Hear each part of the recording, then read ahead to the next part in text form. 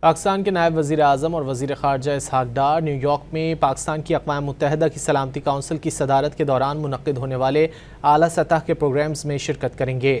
پاکستان کے نائب وزیر اعظم اور وزیر خارجہ اسحاق ڈار 25 جولائی کو واشنگٹن میں امریکی وزیر خارجہ مارکو روبیو سے اہم ملاقات کریں گے۔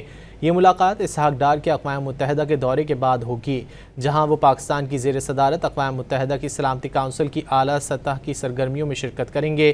نیو یارک میں نائب وزیر اعظم تنازعات کے پرامن اور کثیر جہتی حل کے ذریعے عالمی امن کے فروغ کے موضوع پر ایک مباحثے کی صدارت کریں گے۔ مباحثے کا مقصد تنازعات کے پرامن حل کے لیے کثیر الجہتی اقدامات کے تحت نئی راہیں تلاش کرنا اور سفارتکاری اور مصالحت کو فروغ دینا ہے۔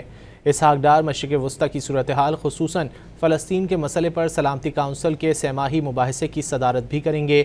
نائب وزیر اعظم اقوام متحدہ کی سلامتی کونسل کی اعلیٰ سطح کی بریفنگ میں بھی شرکت کریں گے، جس میں اقوام متحدہ اور اسلامی تعاون تنظیم کے درمیان تعاون کے فروغ پر توجہ دی جائے گی۔ یہ اجلاس OIC اور اقوام متحدہ میں تعاون مضبوط کرنے کے لیے پاکستان کی کوششوں کا حصہ ہے، جن کا مقصد عالمی امن اور سلامتی کو فروغ دینا ہے۔